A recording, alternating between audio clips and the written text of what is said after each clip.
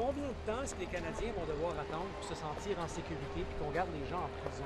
Alors, juste répéter plus long pour mes oreilles. J'ai pas très chaque jour dans la tête, mais... So the jail not bail, what are you considering to make street, like the Conservatives are asking, safer for Canadians?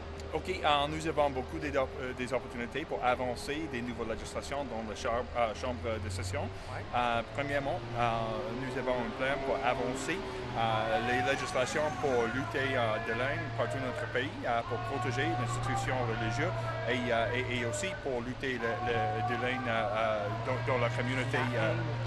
La haine, OK, la haine en général.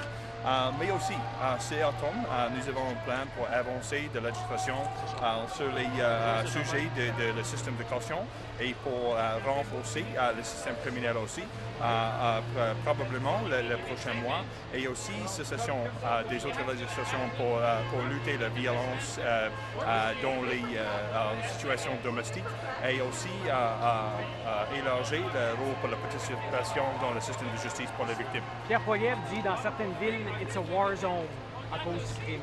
Est-ce que vous êtes d'accord avec sa caractérisation que c'est des zones de guerre au Canada à cause du crime? Quand j'ai des conversations avec des policiers, des organisations communautaires, des autres partis prenants, il n'y a pas une personne qui fait la suggestion. Nous avons besoin plus de mots. Nous avons besoin d'action, des nouvelles mesures dans la législation. Et c'est le programme pour cet automne et livre l'échange, les communautés. But is it a war zone out there? Pierre says it's a war zone. Look, perhaps in English, I don't think it's particularly helpful to public safety. When we use trumped-up rhetoric or slogans, when we're trying to advance change, it's actually going to offer protection to peace of mind to communities. I will leave it to Mr. Paul-Hus to use what words he thinks are appropriate. My job right now is to advance measures that will give people peace of mind and, most importantly, deliver safer communities. Merci, M. Président. Thank you. Un déficit d'énergie substantiel pour atteindre 100 milliards de dollars. M. Champagne, quel message s'envoie au Canada? Je vous dirais des investissements générationnels. Les Canadiens savent qu'on doit bâtir le pays. Vous savez, on est dans une période sans précédent. Il faut retourner à 1945 pour avoir vu quelque chose de semblable. On est dans une situation de rupture. L'économie mondiale est en train de se transformer.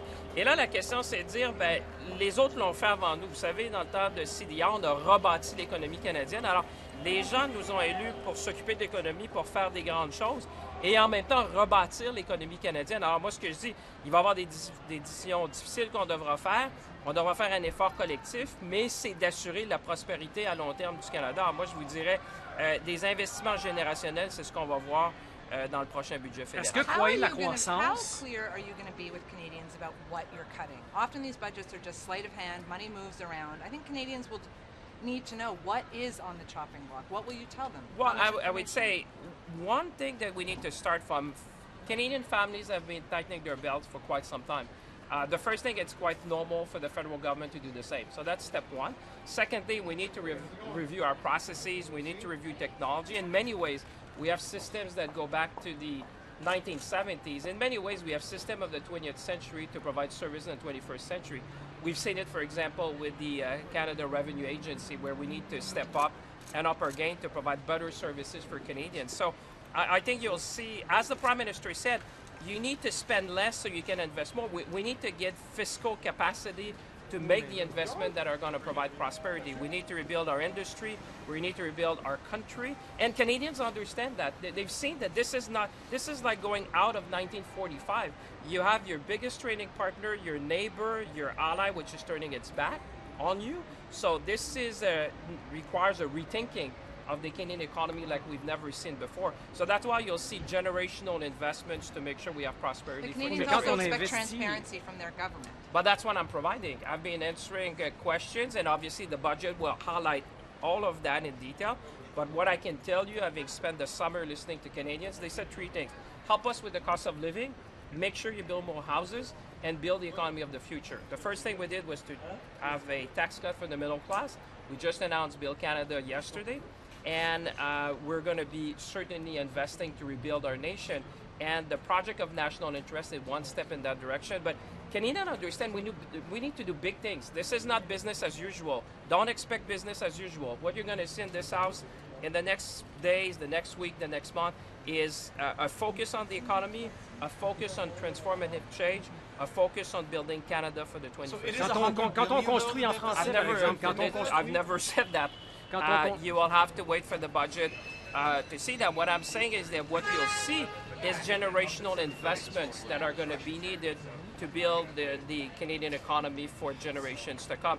You've seen a lot of analysts spreading all sorts of numbers. The only number that will matter to Canadians is the investments that is going to be needed to build the Canadian economy for the future, and understanding that a lot of the things that we had to do was in response to the U.S. trade action which have been initiated by the U.S. president, because you've seen that a lot of the things we had to invest in was to protect our workers, build our industry, and empower Canadians. So Canadians... Quand on construit... Well, sir, would you expect the Finance Minister of Canada to give you the fiscal framework before the fiscal framework is presented to Canada? I don't think so. Finance ministers will present, as always, the fiscal framework when we present the budget. What I'm saying, and Canadians have understood that, we're going to be ambitious in our investment and very rigorous when it comes to expenses. And Canadians understand this is not like, there's no business as usual. This is over. This is, we're rebuilding the nation for generations to come. C'est quoi la marge de manœuvre que vous avez, M. Champagne? Monsieur McKinnon, M. Carney disent on va créer de la richesse, ça va rapporter des revenus au gouvernement, ça va nous aider à éliminer le déficit. Vous êtes bon en mathématiques? Ben donc, aidez-moi un petit peu avec les chiffres. Non, mais je vous vois que vous êtes déjà bien. Vous allez être capable de réduire le déficit de combien? C'est effectivement ce que vous êtes en train de dire, c'est que ce qu'on dit depuis le début, c'est que pour être capable de faire croître l'économie canadienne, pour avoir la meilleure économie, les gens comprennent qu'on va devoir investir. Les gens à la maison disent, quand j'achète une maison, j'investis, quand je fais l'épicerie, je dépense. Alors nous, ce qu'on dit, on va réduire notre facture de dépenses pour avoir plus d'argent pour investir, pour bâtir l'économie de demain. Et c'est pour ça que moi, je ne parle pas en termes de déficit, mais je parle d'investissement générationnel, parce que ça va être un investissement qui va être largement concentré vers bâtir des infrastructures, bâtir l'économie de demain, parce qu'on s'est engagé, comme les gens le savent, à balancer le budget opérationnel d'ici 3 ans. Donc, la facture d'épicerie, on va la balancer d'ici 3 ans, mais en même temps, on doit faire ces investissements-là pour avoir l'économie la plus résiliente du G7. C'est un tour de passe-passe. Pas du tout. C'est de l'économie 101. C'est-à-dire une chose, vous réduisez vos dépenses pour investir. Les gens comprennent que si je veux investir, il faut que je réduise mes dépenses. C'est ce qu'on dit. Réduire les dépenses, comme ça, on va avoir plus de marge fiscale pour investir. Et c'est pour ça que ce qu'on va présenter aux Canadiens, ça va être un budget d'investissement qui va permettre à l'économie canadienne d'être la plus résiliente. Merci. Merci. La rentrée, on se sent comment? La rentrée, on est fébrile, on est heureux, mais surtout on est prêt à poser des questions au gouvernement parce que la situation du pays s'est vraiment pas améliorée depuis 6 mois. On va devoir ce que les réponses promettent. Un budget, un déficit substantiel de presque 100 milliards. Donc, bon sens. Vous attendez un nouveau ton de votre chef lors de cette session? On va avoir un ton juste, parce qu'on a beaucoup de questions à poser, on a beaucoup d'inquiétudes face à ce gouvernement-là, puis les Canadiens aussi ont beaucoup d'inquiétudes, fait qu'on va faire notre travail. Est-ce que McCartney, c'est mieux que Justin Trudeau? Est-ce que vous attendez à plus de substance? Bien, il annonce un déficit substantiel, ça veut dire quoi? On prévoit peut-être au-dessus de 100 milliards. Est-ce que c'est juste? Non. Est-ce que vous avez l'impression que les libéraux sont en train de manger votre lunch en ce moment? Les libéraux annoncent des choses dans 10-12 ans. Mais la réalité, c'est aujourd'hui, qu'est-ce qu'on fait? Là, c'est ça, là. C'est très... Comment dire ça? On mélange les Canadiens présentement avec M. Carney. On parle de l'achat des sous-marins dans 12 ans. Mais demain matin, qu'est-ce qu'on fait? Le secteur manufacturier, là, est bien inquiet, là. On a des gros problèmes au Canada, là. Ça va prendre des revenus tantôt, là. Fait que faut travailler là-dessus. Qu'est-ce que vous pensez de la main tendue des libéraux qui disent on veut collaborer avec les partis d'opposition, mais en même temps, il n'y aura pas de marchandage? Ah, bien, quand on commence une nouvelle session, ça ressemble toujours à ça. On a déjà dit la même chose quand on était gouvernement minoritaire. Okay. Merci. Alors, bonjour tout le monde, Alexandre Boulerice, député de Rosemont-la-Petite-Patrie. Ça me fait plaisir de venir vous rencontrer aujourd'hui. C'est le jour de la rentrée parlementaire. Une rentrée parlementaire qui est chargée à bien des égards. Et je dois vous dire que je viens de passer sur Wellington avec des militants, des militantes qui portent une banderole avec le nom des 18 000 enfants qui ont été assassinés à Gaza depuis maintenant pratiquement 2 ans. Et c'est très émouvant. et c'est extrêmement frustrant et choquant aussi de voir que ce gouvernement libéral continue d'autoriser de vendre des armes ou des composantes militaires à l'État d'Israël, au régime Netanyahou. Donc, j'étais avec eux il y a quelques minutes et je leur ai dit que je voulais transmettre ce message-là et c'est pourquoi je commence ce petit point de presse avec ce sujet-là.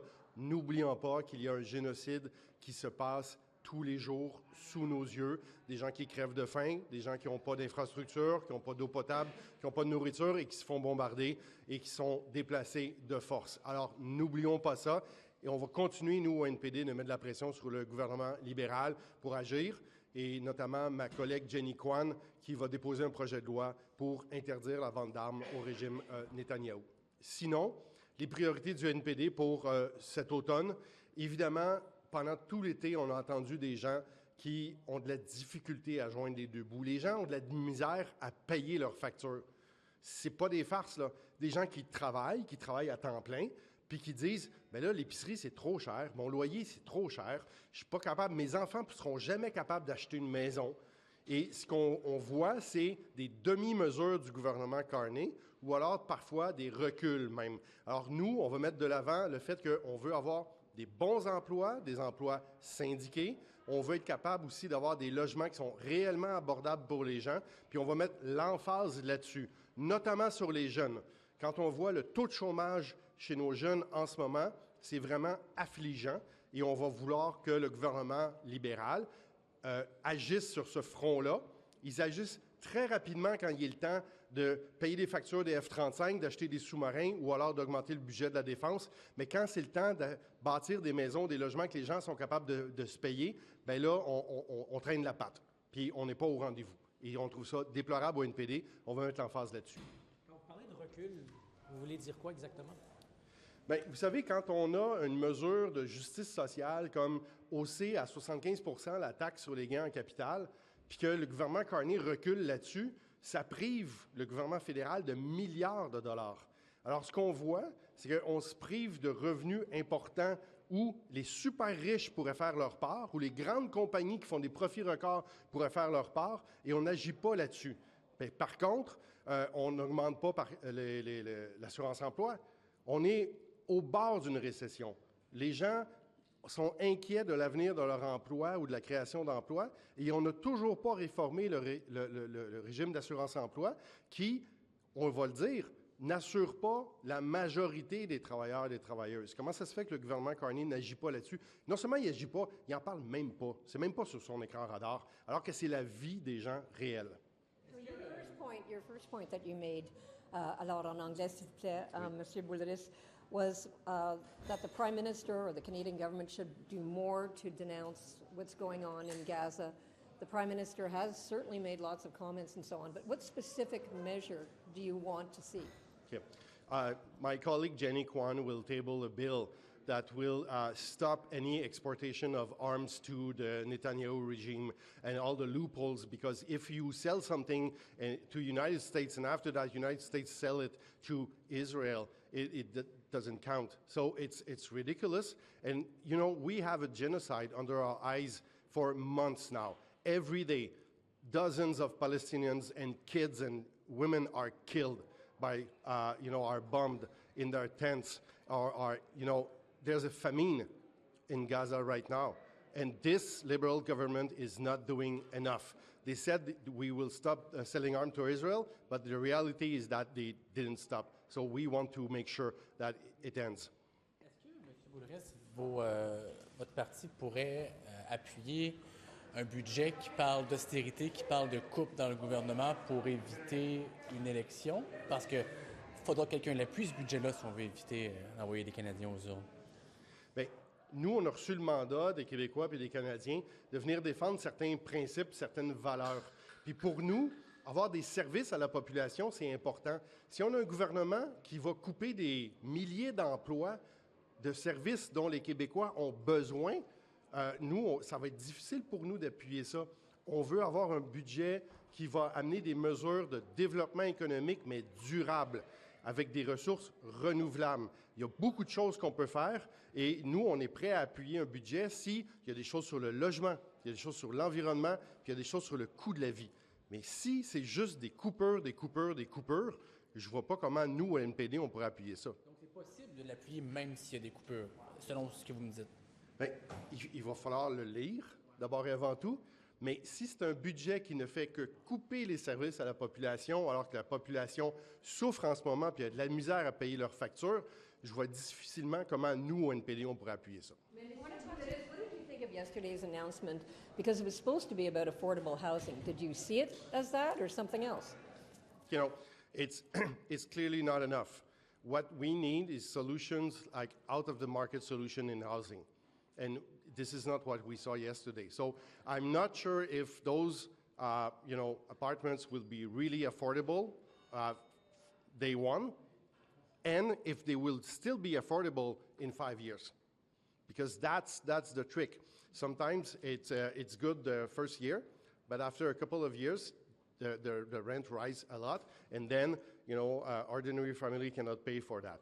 In Quebec, the rent have increased by 50% since 2018. That's not sustainable for a working family. Can we talk about cooperation in the House? What is your party willing to work with the government on? Oh, the NDP, we are always ready to work with other parties if it gets results. But right now, we see a Liberal government with Mr. Carney, who is prepared to cut in, public services, in services to citizens, to population, when the population is struggling to pay their bills, pay their rent, or pay their home. So if they don't act accordingly to answer the needs of the population, I don't see how we can, support them. But we are open to discussion. What would it take for the NDP to support a budget? What would it take for the NDP to support a budget? Okay. We will need a plan of job creation, good jobs, unionized jobs, and also a real housing plan. What we saw yesterday is clearly not enough. It's not with that we will solve the situation. The unemployment of the youth in Canada is high record right now. And really, those people are desperate. So we need answers to their call, to their needs. And right now, we don't see that from the Carney government. Une façon pour le gouvernement Carney de se trouver une majorité, c'est d'aller chercher des députés dans d'autres partis. Il leur en manque 3. Est-ce qu'il y a des gens du NPD ou vous qui ont été approchés ou seraient intéressés à faire le show pour devenir un député libéral? Pas pantoute. Aucun des 7. Aucun. On vient de sortir d'un caucus sur l'île de Vancouver où on était les 7 députés NPD ensemble et on a vraiment pensé notre stratégie puis notre coopération puis comment on peut travailler avec les outils qu'on a pour la session d'automne. Personne n'a ça sur son radar. Ça n'arrivera pas. Si les libéraux souhaitent ça, ils rêvent en couleur. Ce serait une opportunité de faire avancer les dossiers du côté du gouvernement, notamment le logement. Là. Non, je ne pense pas qu'être libéral, ça fait avancer des dossiers. Au contraire, on a vu dans le passé que ça prend des néo-démocrates pour les pousser dans le dos pour agir, sinon ils font rien. But have any of you been asked? Not of my knowledge. Have you been asked? No. No. Can you talk about the tone in the House of Commons, what you're hoping to see, and what you're expecting today as the two leaders face off? I hope it's going to be respectful. We all know that Pierre is back in the House of Commons, so let's hope that he will be a good leader and constructive one. It's not what we saw in the past, but we want to have good debates for Canadians to deliver results. Vous dites,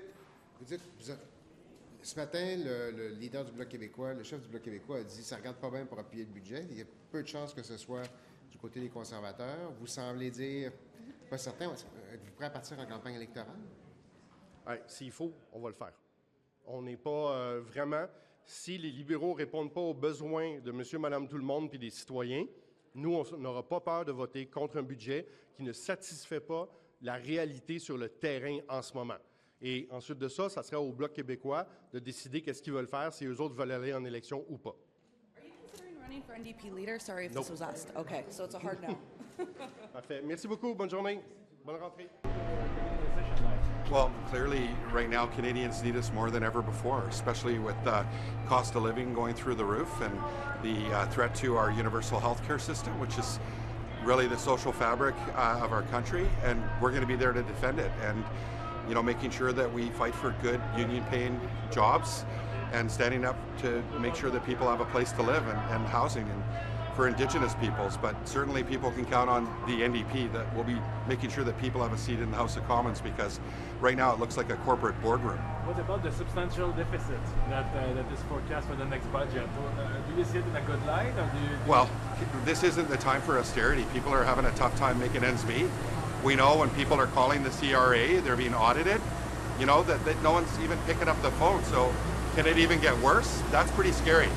I think Canadians are worried about that. They're worried about their healthcare system being eroded and cut.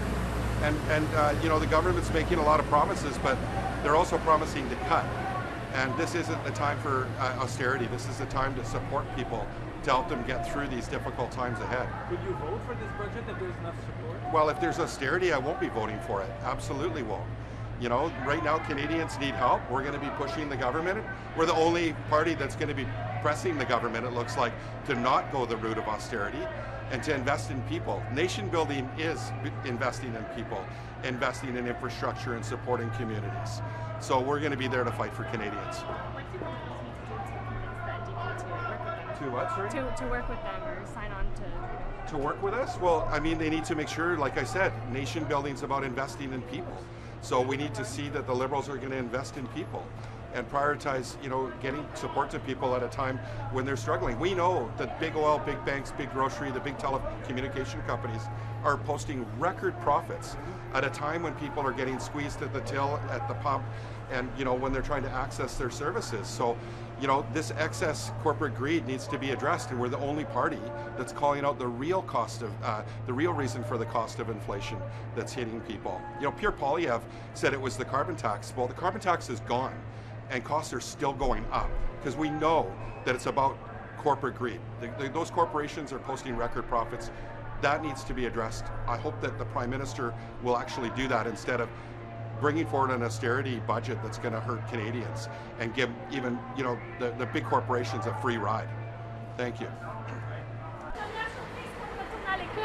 Oui, vous sentez comment? Bien. Oui. Période de questions aujourd'hui.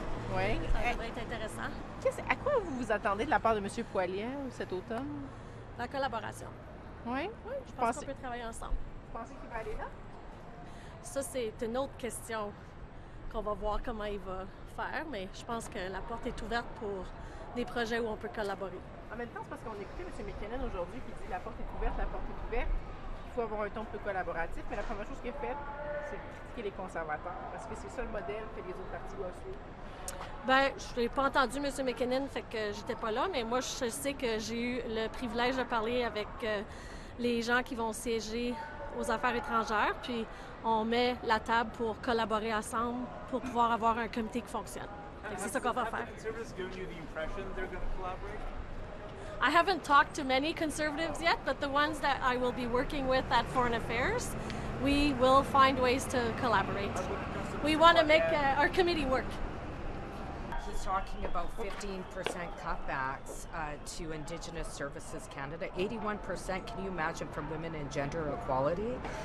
So we're waiting to see the budget, and we're going to be pushing this government on their austerity measures. Let's not forget that he has promised over what was even requested by NATO, $150 billion on military spending. And who's going to pay for that? Women and gender equality.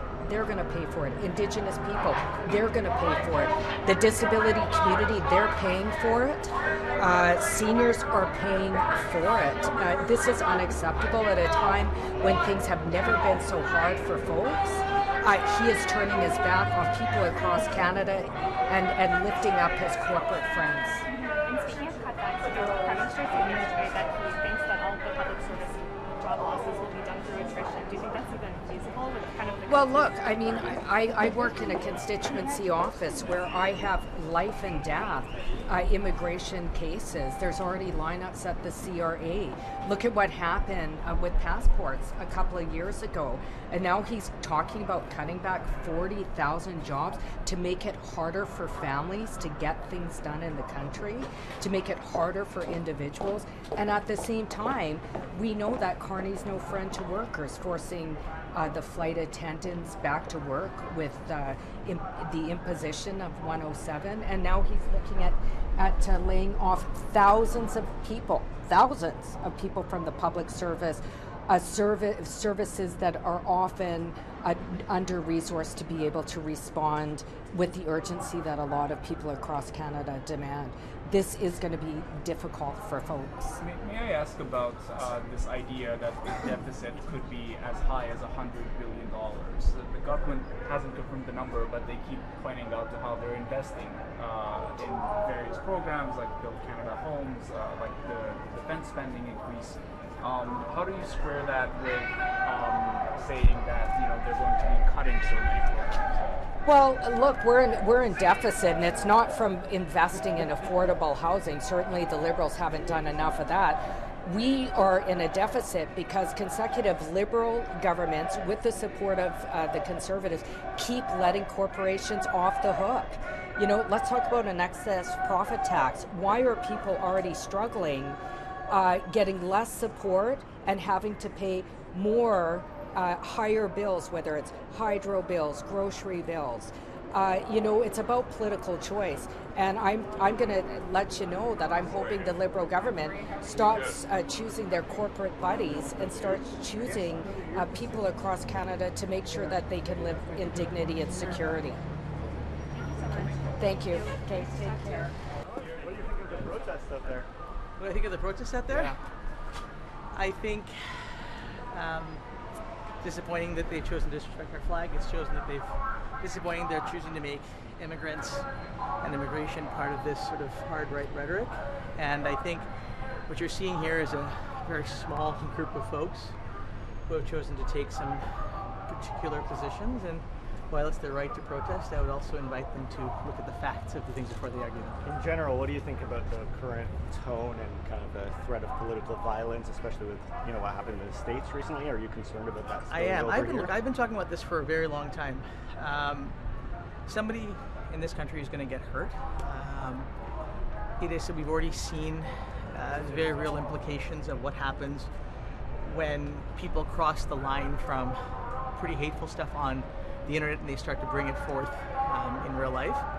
And I think we as parliamentarians need to put partisanship aside and stop fanning the flames of some of this garbage that you're seeing, particularly on the hard right, and realizing that all of us are supposed to be here working to build a better country together, regardless of our political views, and making one another targets for this kind of stuff is really not helpful. Are you concerned about your safety, or do you hear from your colleagues increasing concern about their safety? Look, I'm concerned about my safety because I've had threats directly. I'm concerned about the safety of my colleagues who have had threats.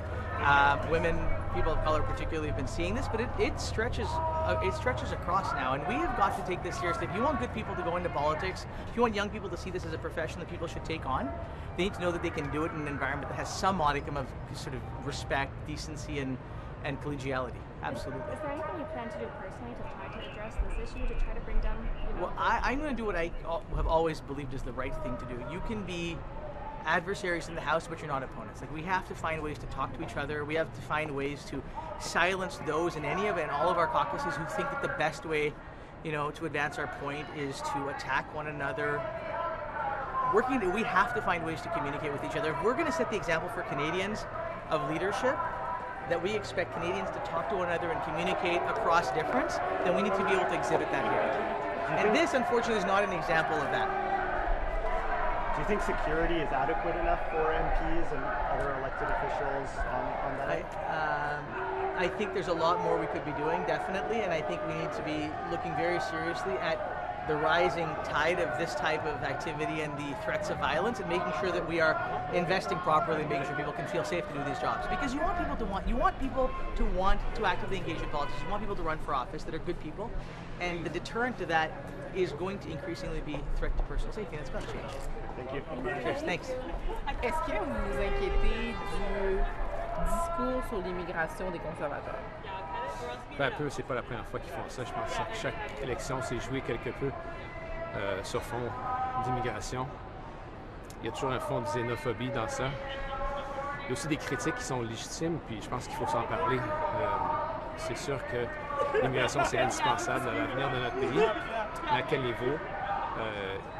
Quel volume de gens qui viennent au pays, comment on s'intègre, surtout au Québec où le français évidemment est difficile d'accès, moins facile que l'anglais. Donc je pense que c'est des discussions, puis une discussion qu'il faut avoir de façon raisonnée, Et dans une société démocratique comme le Canada, quand c'est utilisé comme instrument pour fouetter, par exemple, les gens qui sont en train de hurler présentement, je pense que c'est très contre-productif. Est-ce que vous y croyez au changement de ton de M. Poilievre? Parce qu'il a promis un ton plus conciliant cet automne. Ah, j'ai aucune idée, c'est à suivre. Il a promis plein de choses. Là. Ça fait 20 ans qu'il fait plein de déclarations farfelues, donc c'est vraiment à suivre. OK. Donc, est-ce que vous attendez un climat peut-être moins partisan à la Chambre des je pense communes? que, honnêtement, le député de Carleton va avoir c'est plus un député de Carleton. C'est justement ça. Ouais. Le député de Carleton va avoir une meilleure prestation que dans les 20 dernières années. C'est notre député Bruce Fanjoy. In general, what do you think about the threat of political violence, especially with what happened in the U.S. recently? And do you think that that could spill over in Canada? Well, I think we've seen it, and I think we've seen the tone get worse in the last couple of years, particularly in and around, even before COVID, but obviously after. I think we're naive as a country about how safe our politicians are, and we're just one catastrophic disaster away from having a reckoning as a society. I like walking in the streets in downtown Montreal alone. I think as a politician, anonymity is actually pretty underrated, but I think we're extremely naive as one of the G7 countries about the safety that we think that our politicians have. And sure, it's about the safety of an individual, but it's also about the institutions that they represent, and once that's fractured, it's hard to bring it back. I didn't know Charlie Kirk. My kids had heard of him. I think those that justify his death are part of the problem, and if they have any opinions about his views, they should at least park it for a week while his family mourns. And again, nothing justifies a political assassination. What's through your mind when you're walking up the stairs and they're chanting your name like that? What's that? I have no idea, Rafi. Whatever is going through their mind, they're in their own feedback loop. They have their views. They think they're legitimate. A lot of them aren't. I've seen some of the old same tired characters that go around there walking, chanting whatever conspiracy theory they've heard in their own echo chamber. But again, this is supposed to be civil discourse, so I try not to engage. Sometimes I get the better of myself, but it's their right to yell and scream. It's not the right to commit violence. Should there be legislative changes, or should there be more security to? Well, no. Look, Minister Fraser's looking at these things. It's not. I think, as far as we're aware, there's nothing specifically about this area. If we're talking or here, well, look. Or two elected officials specifically. Members of Parliament have something called parliamentary privilege, which allows them free and unimpeded access. It's something that can't be abused, but it's indispensable for members of Parliament like me to be able to be the voices of their citizens. I got elected by 64% of the population in downtown Montreal. It's something I'm extremely proud of. They expect me to be here and be able to speak freely. So that is something we have to preserve. But when it comes to people praying in temples, mosques, community centers, looking at bubble legislation has to carefully balance preventing people from doing something that's important to this democracy, which is express themselves in a free and open way, and protecting people who have the right to go and, for example, pray in whatever, or be safe in an institution. We've never thought about freedom of expression as something that is circumscribed from a geographical perspective, and it has to obviously pass constitutional muster for it to be valid, but at the end of the day, we want to protect people. Of that kind of legislation. I have to look at it. I think the devil's in the details. It is a very dangerous road to go down to limit people's freedom of expression, but at what point expression becomes hatred and not protected expression is something that courts have decided on, and when you present legislation that is intended in good faith to protect people in institutions where they gather to express their faith, I think we have to balance that carefully. So I'll be looking for that in the legislation. Is there any research that you plan to do or that you hope to see done to help bring down the political temperature in your country? Well, look, I think we have to continue to have reasonable discussions. I think it is incumbent on those people that have taken extremist views to take a look in the mirror and look what kind of sentiment they're whipping up in this country in order to limit the tone. I think the tone's gotten worse in the last few years. I think we've all, whatever we want to say, we've all been victims of it, and we've all, to some extent, have to look at how we've contributed to ourselves. So, social media has amplified this. It's relatively new to the political discourse in this country. I think it's caused some damage that we have not exactly entirely appreciated yet the impact of.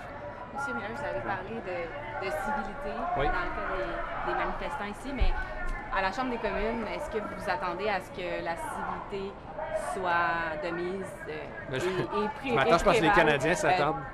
Tout le long de la session? Je pense que les Canadiens s'attendent à ce que ça soit le cas. Je suis un optimiste éternel, mais si vous regardez ce qui s'est passé la dernière année, ça va être assez difficile, merci, d'essayer de conserver le ton. Je pense que les gens utilisent la Chambre des communes parfois comme outil pour leur propre compte Twitter ou Instagram ou peu importe, pour faire leur point puis même pas écouter les réponses. Je pense qu'encore une fois que ça va quand même continuer. Vous ne pensez pas que ça va changer? Je suis optimiste, mais je suis aussi réaliste. Okay. Par rapport aux conservateurs, vous ne pensez pas qu'il va y avoir une révolution dans l'approche?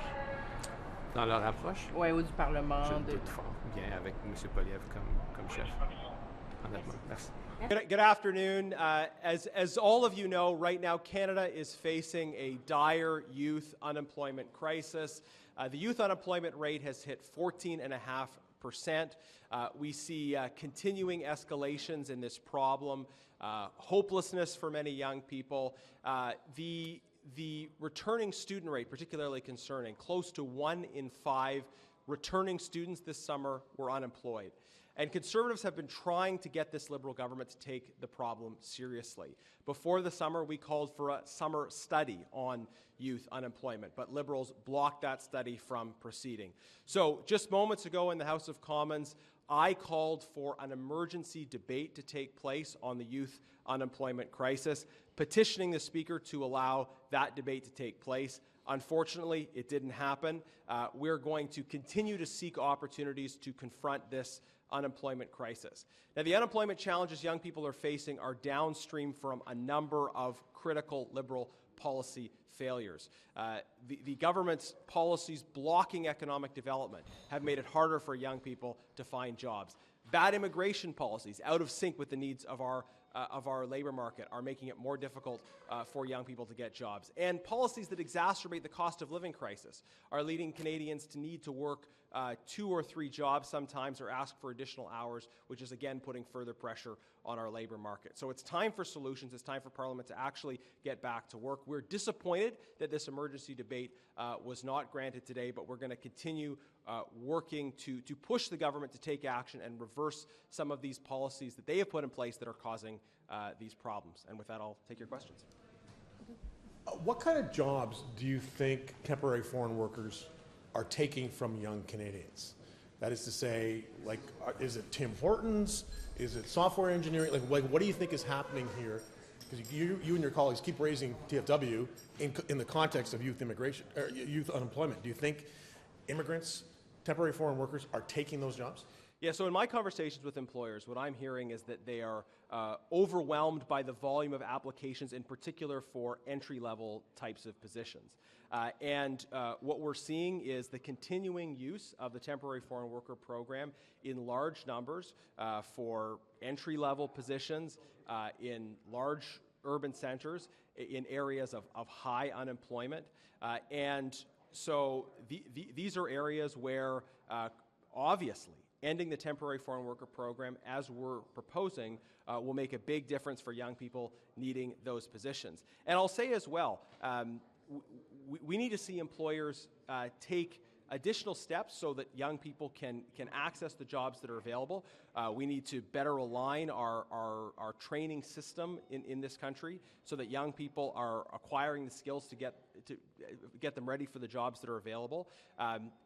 Ending the temporary foreign worker program is critically needed right now to open up this space so that the many unemployed young people can get the positions that are available. Do you really think Canadian young people here want to go work at Tim Hortons or go pick tobacco in Tillsonburg or do work in the fields? Like, I mean, do you think those temporary foreign workers are actually taking those jobs away from young Canadian workers? So I will say you used one example that related to agriculture, and our party's been very clear about some of the unique circumstances that apply in the case of agriculture. But absolutely, young people are willing and able to take jobs that are available at competitive wages, and for too long, the government has accepted a reality in which we've had high levels of youth unemployment at the same time as bringing in temporary foreign workers to fill those positions. we can't go on like this. We can't go on with a situation where youth unemployment continues to rise and we're taking jobs that could be available to young people for temporary foreign workers. But for the labor, why not just start with a review of the labor market impact assessment? I mean, those need to be done and put in place for employers to be able to hire temporary foreign workers, right? Yeah, I mean, there's massive problems in the program right now. There's massive problems with how it's being implemented. There are certainly issues of corruption that we've talked about. But fundamentally, the system involves an employer receiving applications, determining whether those applications are valid, and then being able to proceed with bringing in temporary foreign workers at the end of that process. So it's not an effective screening or evaluation process, and the program just isn't working. It's clear in the results that the program just isn't working. There are policy failures across the board. Immigration, the Liberal policies that block economic development, like C-48, C-69, production cap, the policies that are impacting cost of living, all of these things, including the immigration failures, are contributing to high and rising levels of youth unemployment. And as I said, the Liberals have been asleep at the switch on this. They wouldn't allow the committee to work over the summer. We didn't get agreement today on an emergency debate, but we're going to keep pushing away. Confronting the youth unemployment crisis will be a top priority for us in this Parliament, and we're going to keep at it. And, Last question. Sure. A number of Conservative MPs today talked about collaborating potentially with the Liberal Party, supporting them when necessary, opposing them when necessary. Is your leader signaling a shift in tone in this new sitting? I think we have been very clear on this issue of collaboration, that we want to collaborate to solve the challenges that are confronting Canadians. And this is a great example of this. On youth unemployment, we proposed a all-party collaborative study over the summer on youth unemployment. Liberals blocked that, so we were left doing these consultations on our own. We wanted to have an emergency debate today, but if the government agrees to allow a debate on this, there are other ways that the parties could come together and make take-note debate happen. So the purpose of collaboration is the result. We want to work together to make life better for Canadians. And in particular, as a Shadow Minister for Employment, my focus is working together with anyone I can to confront the employment crisis. But it's going to have to involve reversing policies that the Liberals have supported in the past, because policies that they've implemented over the last 10 years have led us to the point we're at now. So if we're going to change things, we have to see a change in direction. So we're keen to collaborate if that collaboration is in the service of a result, that is getting young people back to work. Sir, just one quick follow-up there. You said you've spoken to employers. What have they told you about why they are hiring temporary foreign workers and not young Canadians? Yeah, so I've talked to employers in many different parts of the countries, urban, rural, gotten a sense of some of the different challenges in different places. And what I'm hearing very clearly is that in the larger centres, employers are overwhelmed with the number of applications. We've put forward I think, very well-articulated and refined policy that recognizes that there are some different circumstances in different parts of the country. And then the other issue is what employers want, I think, is strengthening the skills training ecosystem. And we had proposals on that in the last election. We proposed significant new investments in union training centers, for example. Yes, there are needs for skills in certain areas. But what we're saying is let's support training to help young people in this country acquire those skills. Let's not just say, well, people don't have skills, so people can go around. No, we've got to put in place the infrastructure to train young people for jobs that employers are looking to fill. Thank you. I'll leave it there. Thank you very much. Marc Carney and Pierre Paul-Hus both being in the House. What do you think? How did it go? Well, I think Marc Carney, conveyed very clearly that we're focused on the priorities that Canadians have identified: growing the economy, negotiating with the U.S., making life and housing more affordable, fighting crime, reforming immigration. How did you think he stood up to Pierre Paul-Hus? I think he stood up very, very well. I think at the end of the day, the way I measure success in this is whether or not we're delivering for Canadians. And I think Marc Carney's demonstrated since the election that he's focused on getting results on those things that I just mentioned that are important to Canadians. And I think hopefully Pierre Paul-Hus will support those initiatives because they will address the issues that Canadians have told us are important. Thank you so much. Thank you. Thank you. What do I think of Mr. Carney's performance in the chamber? Yeah. Excellent. I mean, He's a guy who's here to get a job done, and that's what we're here to do. Pardon? He's here to get a job done, and that's what he's here to do. There were moments where he ran out of time, or he said minister instead of opposition leader. What did you think about those moments? I think if that's what we're focusing on, we've got bigger things to worry about. I mean, the man has put forward a pretty aggressive agenda for this country over the course of the last number of weeks. He's been executing against those things. Build Canada Homes, getting the major projects office up and running. We're worrying about parsing words when you have an opposition that has not come to this chamber with one new idea, with one interesting thing to say other than ridiculous attacks. I mean, as journalists, you guys have an amazing job. You guys do a great job. Focus on what he's trying to get done rather than the fact that he misspoke on one word. What do you think about Alberta adding proof of citizenship markers to driver's licenses? Look, I think Alberta is doing what... Alberta's on a path. They're making choices that I wouldn't make. And I think as Canadians, we have a set of values in this country where we respect people, where we focus on what the law requires. And it's remarkable to me that Alberta's gone down that path, and I'm not sure that that's going to stand up in court. That's their decision. It's great. He was, he controlled the setting, and it was very solid. It was great. He